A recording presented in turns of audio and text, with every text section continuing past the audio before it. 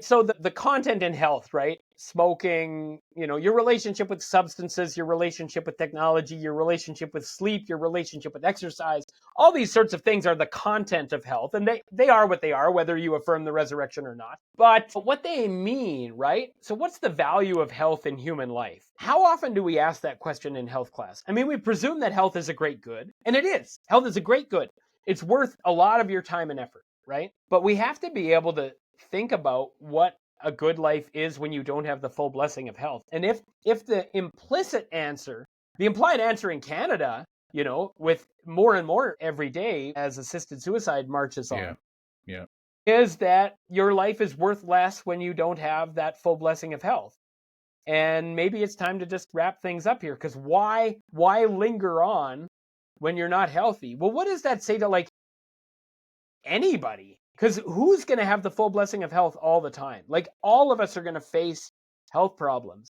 And so in addition to teaching kids in a health class what are good life choices and good habits related to your health, because health is a great good, I think we also need to ask big picture questions about what does it mean to live without the full blessing of health?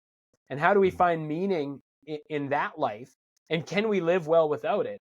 And we need models for that. We need, I think of the end of John Paul II's pontificate, right? Yeah. One of the things he was doing for us was modeling that your life still matters when your health is like literally crippling. Whatever vocation, he happens to be Pope, but it wouldn't matter. Whatever your vocation is, you can still serve God and make a difference in the world with or without the full blessing of health, right? You might even argue that the other view that is becoming the sort of cultural standard is an imposition on the subject matter that doesn't fit, that in fact makes human life less livable. And the cross is a great place to look to say, yeah, suffering is not meaningless, or it doesn't have to be. It can be offered for a greater good. We're not so limited as free and responsible people that we can't make some offering of this that builds up life in human community, right?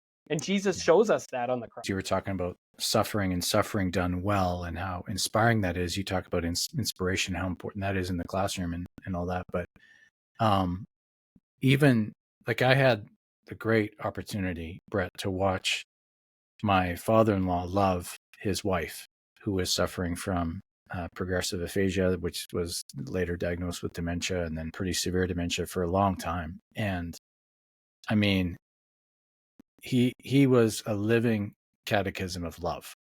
And there was something just so inspiring about watching what humanity lived well suffering in that environment. I mean, it was absolutely incredible. So anyways, yeah, very, very, very, very moving.